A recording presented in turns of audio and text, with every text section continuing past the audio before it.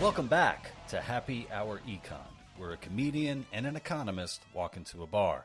I'm Lou Perez, the comedian. I'm Phil Magnus, the economist. I feel like we're taking a trip down memory lane because we are going to talk about the Jones Act, which is something that nobody was talking about until the Super Bowl of 2026. Or at least normal people were not talking about the Jones Act until Bad Bunny made everybody aware of it after his Super Bowl performance. But apparently, the Jones Act has been suspended since March of 2026. I didn't know this. Phil, did you know this? I'm sure Phil knew a little bit about it because I'm something of a Jones Act nerd in this respect. Because it's been an area of policy that I've disliked for basically as long as I've known it existed. But nonetheless, it's a very obscure area of U.S. trade and shipping law that rears its ugly head from time to time. And one of the reasons being here is that Puerto Rico is one of the locales that is covered by the Jones Act.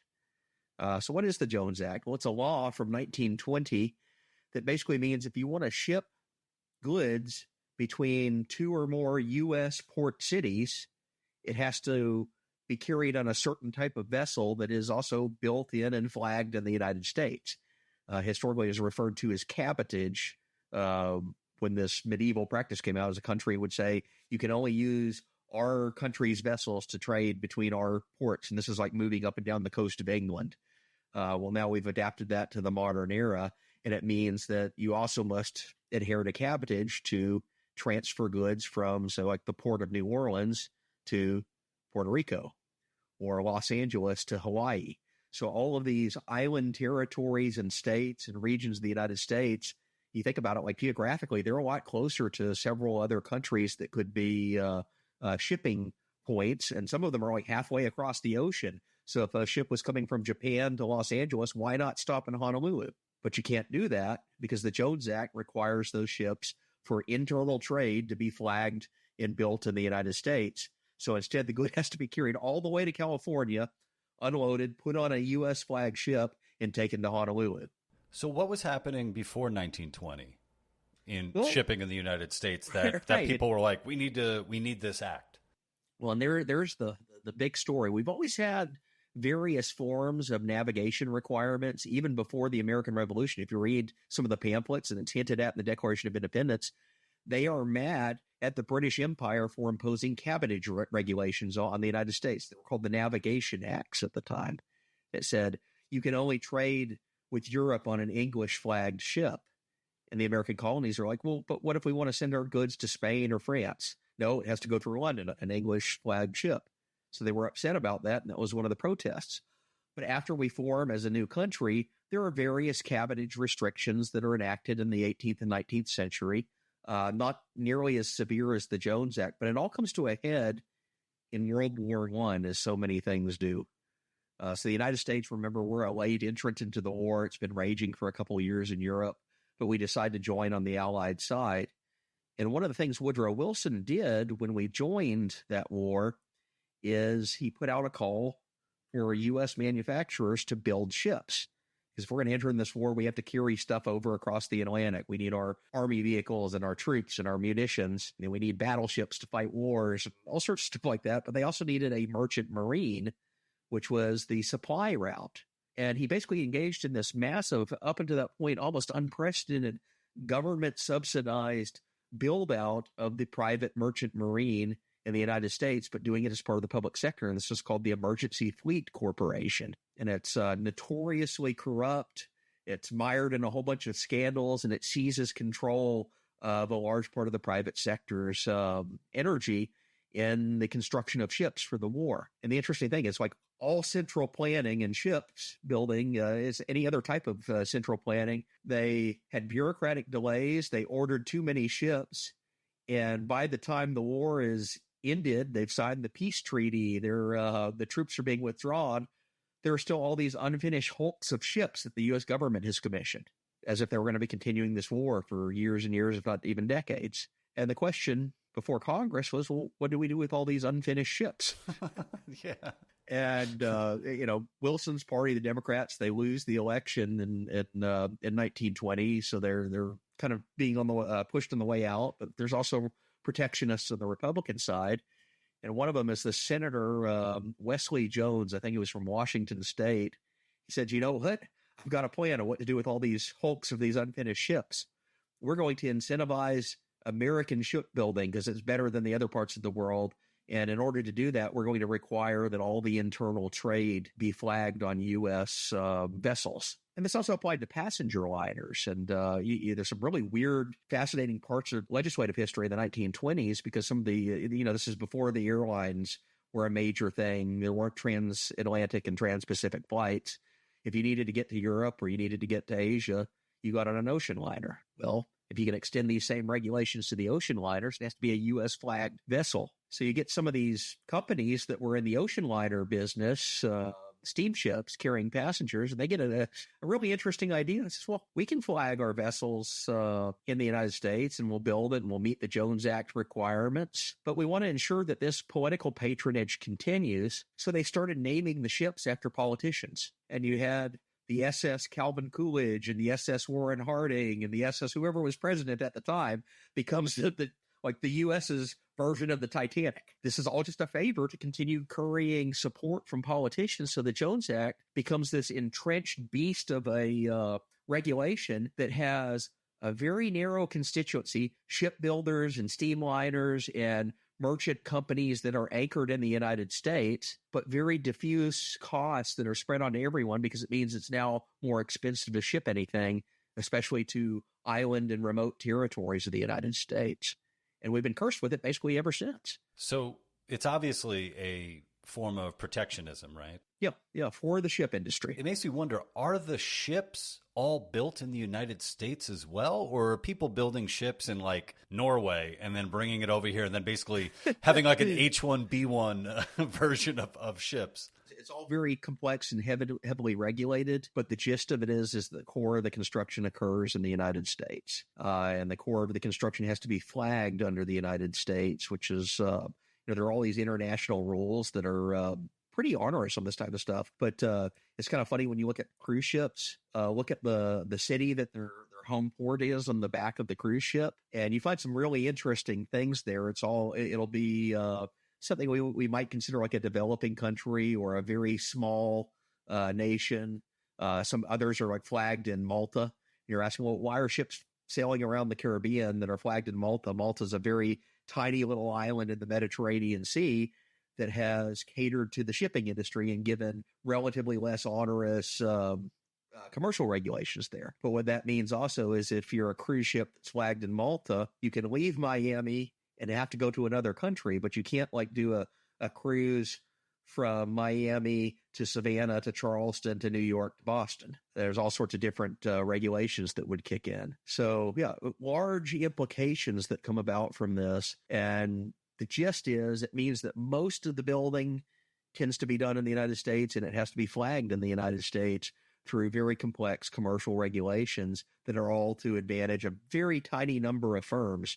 So I won't get into naming the specific company, but there's an acronym of a major Jones Act firm today that is a derivative of one of those original steamship liners that was naming their vessels after presidents. And instead of the SS Abraham Lincoln passenger liner that goes to Europe, you now have like the SS Abraham Lincoln, and it's a cargo barge, things like that. And I've been in ports. I've been out in the port of Oakland and seen some of these vessels. It's like, oh, that's weird. This thing that looks like it's a container vessel is named after a U.S. president. And then you look at it up and say, oh, that makes sense. That's a Jones Act ship. Ships are such old technology that I think a lot of people in the modern world might not even realize that we still use them. I mean, I had this silly realization the other week. A friend of mine had a get together, and it was on a boat in Manhattan, took it all the way to the Statue of Liberty. And I was looking around and I was like, man, this is a throwback. Here I am on a boat, and then just thinking like how many boats are necessary for us to get the modern comforts that we have. And man, the idea that all that extra sailing and navigating that needs to happen, that must have a pretty hefty price tag, right? Yeah. I mean, these things are expensive to maintain. And then you think about it, you add the layer of regulation on there. Well, if a vessel is under U.S. Coast Guard rules, that means that they have to have periodic inspections to prove that they're seaworthy. That means they have to be up to fire code. Like the history of shipping, it's actually it is a lot like the history of the Titanic. It's a succession of disasters, of collisions, fires, ships sinking, generally terrible things happening. But what it's meant is it's one of the oldest areas of our economy that has a regulatory presence in it.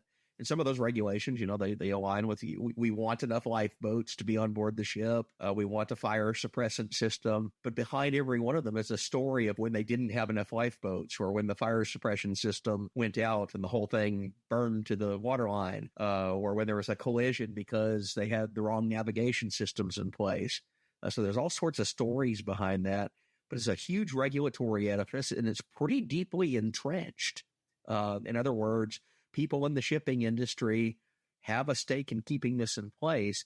And that's why every time there's been an effort to repeal something or relax something like the Jones Act, which is, it's not a safety feature, it's a protectionist regulatory obstacle, even though a tiny part of shipping is tied up by the Jones Act, and it's a very small number of companies that are the primary beneficiaries. They carry a lot of weight in Washington because all the costs of it are diffused onto the American consumers, the public, or the people of Hawaii, or the people of Puerto Rico. So it's been suspended since March. What have we learned? Well, it turns out that the Jones Act is very costly. And we already kind of knew this from some relatively recent examples. So Puerto Rico a few years ago, it's one of these ones that it's an island in the Caribbean. Hurricanes happen there, and it takes out the power grid. It means that there's food that's not around. And I think it was actually in Trump's first term was the last time that they had suspended the Jones Act for a hurricane in Puerto Rico. And it was like, well, why are we suspending this? Because now you can get disaster relief material in there. You can get the bottles of water, the food, and groceries when the island is under a blackout. You don't have to sail all the way to the port of Miami and turn around and come back. You could just take it directly from wherever the supplies happen to be. And they discovered from that temporary suspension in the aftermath of the hurricanes, wait a minute, we've been paying way too much for all this stuff because you got this extra shipping cost produced by the Jones Act. Here we are, 2026. Jones Act suspension, and it's making that realization even more firm in the present day. But the irony here is also you have temporary suspensions that occur. I still don't think they could get a vote through Congress that suspends it outright and repeals it outright, even though almost every economist will say you need to do this. It's a terrible law. It's not serving its purpose. By the way, Senator Jones back in 1920 was like, well, we're going to ensure that the United States has a massive merchant marine in perpetuity because of all these hulks we have to finish from World War I that were never used and that kind of thing. Where's the U.S. shipping industry today? It's actually gone into rapid decline under this scenario because there's no competitive pressure or mechanism. And I've seen some studies where they try to estimate what are the Jones Act eligible vessels that are currently in the fleet, if you want to call it the U.S. fleet. And most of them are old, rusted out barges. Most of them are smaller ships that aren't up to the standards of like these super tankers and super cargo ships that you see going across the Atlantic and Pacific. They're older vessels, so it's kind of like the more obsolete area of the shipping industry is the precise thing that's protected by the Jones Act. Meanwhile, there's economic obstacles to being at the cutting edge of that industry. So recently we have the closing of the Strait of Hormuz. I don't know if it's open again. But... Is it Tuesday or Wednesday? Oh, yeah, everybody, in case you didn't know, we're at war. So it seems like suspending the Jones Act has been helpful because you have this Strait of Hormuz that has been closed down. We don't know what's going on with it. But it seems inevitable that it will be reinstated or reenacted or however you want to describe it again. When? I mean, when is that going to happen? Well, and I think there's eventually the political pressure will come about because there are still beneficiaries of the Jones Act that are going to say, hey, wait a minute, this thing that we've been using to keep our company afloat for now, when it was 106 years now, you took that away from us. Now we're hurting. And all it'll take, whatever that congressman's district is, starts to put pressure on it. And everyone's like, all right, fine, reinstate the Jones Act. So that's the pattern of history. And the fact that it's on the books versus suspensions are just a temporary order means the suspensions do eventually go away. So I think it's sort of death, taxes, the Jones Act, and tariffs as well. So we're going to talk about tariffs. And Phil, I've never met a man who has more hate in his heart for tariffs than you. Hey, man, what's your beef with tariffs, huh? What did they ever do to you? That's the thing. I often joke that my favorite vice president in U.S. history is Aaron Burr. And that's because he finally dealt with the problem of Alexander Hamilton, who was the source of the original tariff, which is only, partially true. Yeah, tariffs are an economic inefficiency. Tariffs are a quintessential case of special interests getting favors from the federal government, or really any government. They're almost always enacted, under the pretext. It usually starts in history as, well, we need revenue to pay for something. Well, what's easy to tax? Goods arriving at the port. Let's put a tax on that. It's simple enough so far. And if it was a very low, stable, uniform impost, which is what the founders kind of envisioned when they wrote the Constitution, say like goods at the port arrive and we tax them at 3%, that's enough revenue that comes in and we can fund the government. But what really happens in practice is every time that a tariff is authorized, special interests show up and say, okay, we can tax other things at 3%, but we are facing unfair competition from this other company over in England. Can you tax it at 20%? Or we don't like the fact that someone in Japan is producing raw materials at a lower price than we can do it here in Pennsylvania. You slap a 30% tax on them and level the playing field, even though, the reality is it just means everyone else's stuff becomes more expensive. So this is the history of tariffs. Every time they're tried for revenue purposes, they eventually become protective tariffs for a very narrow group of special interests, propping up their sector, propping up their industry. And where did the costs from that go? Well, who pays the taxes? Despite what Donald Trump and J.D. Vance and some of these nationalists are all saying, it's not the foreign country that pays the tariff, because the tariff is absorbed into the price of the good, and the price of the good is paid by you and me, U.S. consumers. It means that our automobile we purchased this year is now more expensive than it would have been a year or two ago, because there are tariffs on steel and aluminum, which are a big component of automobile production. And, the automobile company's not going to sit there and say, hey, you taxed our raw materials. We're just going to absorb that. And we're going to keep prices the same. They'll pass them on to their consumers, and eventually it hits the price tag on the lot.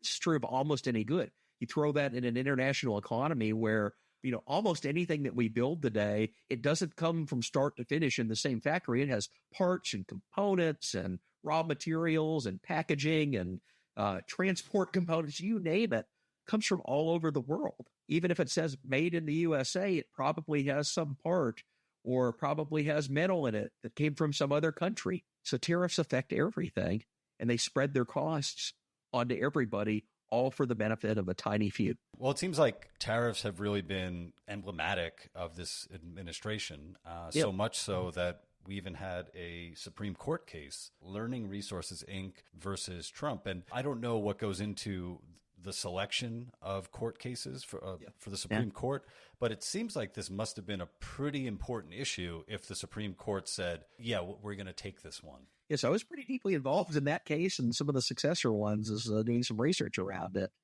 In fact, I helped craft some of the amicus briefs that went before the courts, and we were real happy one of them got cited at the Independent Institute and AAF and a few other groups that I was working with. But the gist of it comes down to, so the Constitution says the power to impose tariffs and really all types of taxes belongs in one place, and that's Congress. It's right there. It's like the very first thing they authorize Congress to do is that you can collect taxes, which big mistake, but nonetheless, that's there in the Constitution. And one of those types of taxes is the impost or the tariff. That being clear in the Constitution, trade law has evolved in some really unusual ways because it's been around since the founding. This was the original tax system of the U.S., but it's become much more complicated. And for various reasons over the years, particularly starting in the 1930s, Congress started saying, okay, yeah, we still retain this power to tax and we've enacted laws, but we've also decided that we'll give the president power to temporarily modify some of the tariffs that are on the books, or to and the big one is to negotiate agreements with other countries that allow them through treaties and international trade agreements and all these formal diplomatic documents to bypass the tariff system of the United States. So even though the tariff is on the book, if we signed a trade deal with England and the U.S. now can trade goods and be exempt from what that statute says. And the court said, all right, this is part of a legitimate exercise of your authority. You can allow the president to do that. You can formalize it as an international treaty or an agreement or something like that. And we'll follow by it. And this was also part of a way to de-entrench themselves from protectionism after the Smoot-Hawley tariff that really worsens the Great Depression. So that's the big impetus. Trump comes into office, and Trump, for some weird reason, since the 1970s, has had this obsession with tariffs. It's like the one word that he keeps repeating over and over again. He likes tariffs and gold plating on everything. But he comes into office and says, well, in my second term, I'm going to make tariffs the centerpiece of my agenda. And the problem he faces he doesn't have the votes to get a tariff bill through Congress, but he looked at all these other clauses that they had passed. And he says, I'm going to take a really creative legal interpretation of these past clauses that have come into place, and I'm going to stretch them to their absolute limit and claim a presidential prerogative to not just modify rates and engage in international agreements, but to declare an emergency and use that emergency power to rewrite the tariff schedule myself. What was the emergency? We have trade deficits. Oh, I thought it was going to be like wokeness. Like the world is too woke. We need tariffs or something. They haven't gotten to that one yet. Well, the big one was, he said, well, trade deficits are an emergency. And I'm sitting here reading this, scratching my head. U.S. has had a trade deficit since the 1970s. Why is it suddenly an emergency in 2025 or 26?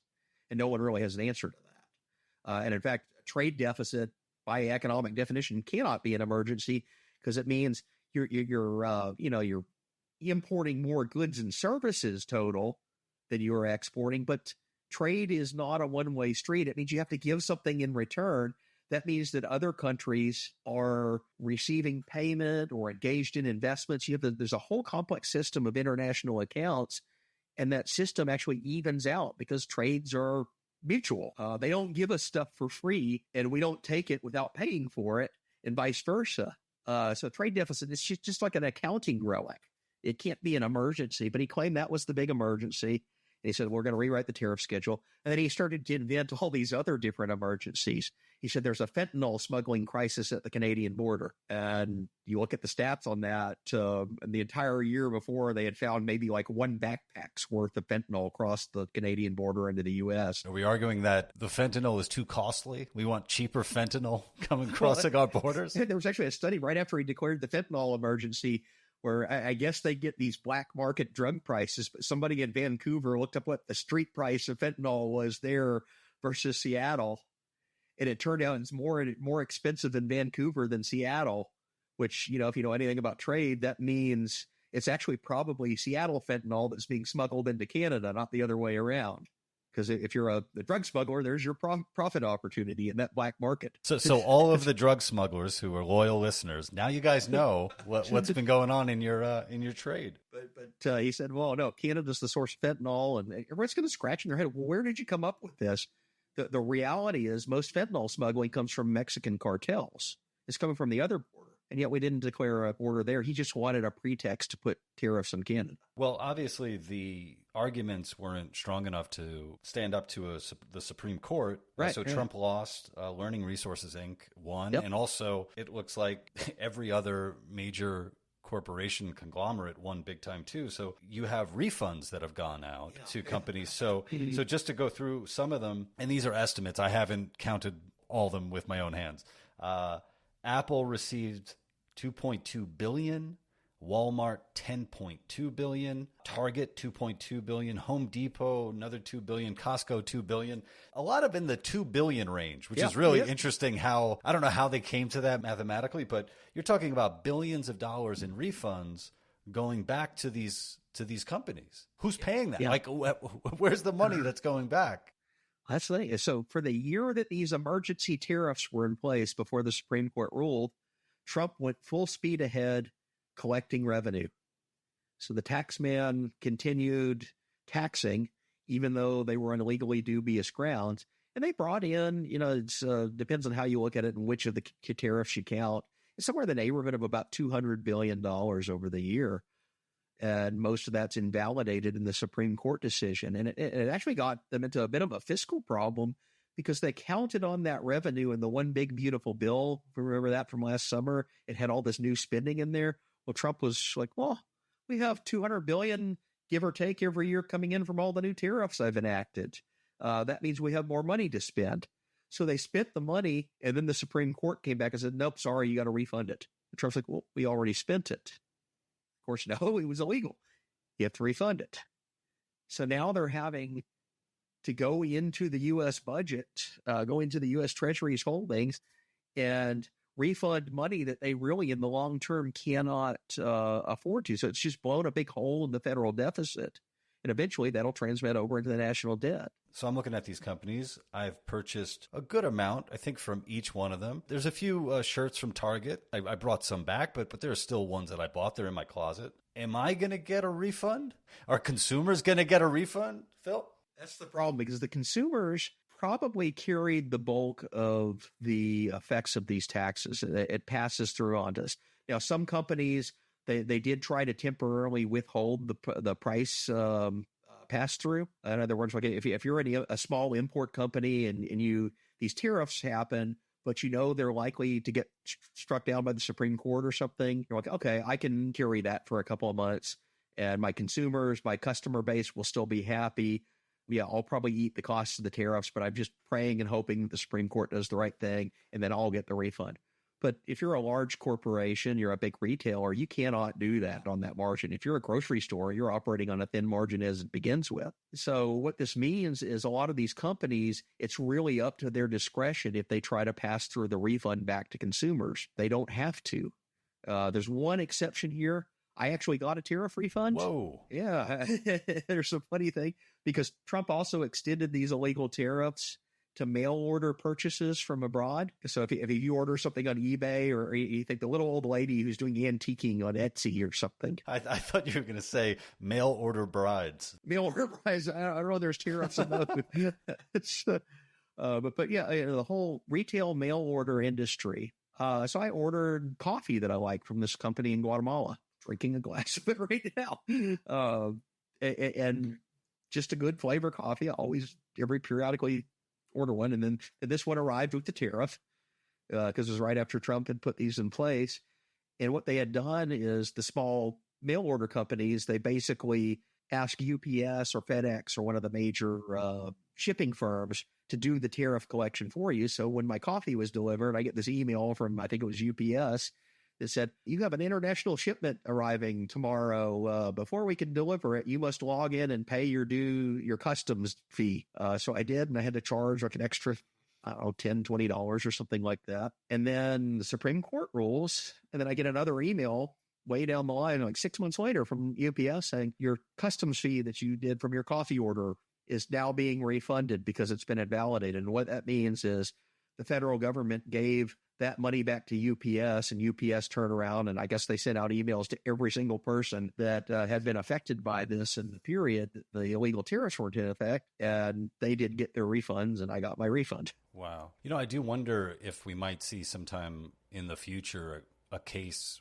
regarding the Jones Act being brought to the Supreme Court, and wonder how that ruling would go, and if there was a refund, what that refund would look like. But Right. that's going to have to wait until another time. You get a stake in the Jones Act barge as your payment for all the years of higher prices in Puerto Rico. Well, I'll tell you what, if I can get myself an anchor from one of those barges, that would be really cool. We hope that you enjoyed this episode of Happy Hour Econ. No tariffs here. It's totally free from the Jones Act, and we will see you next week.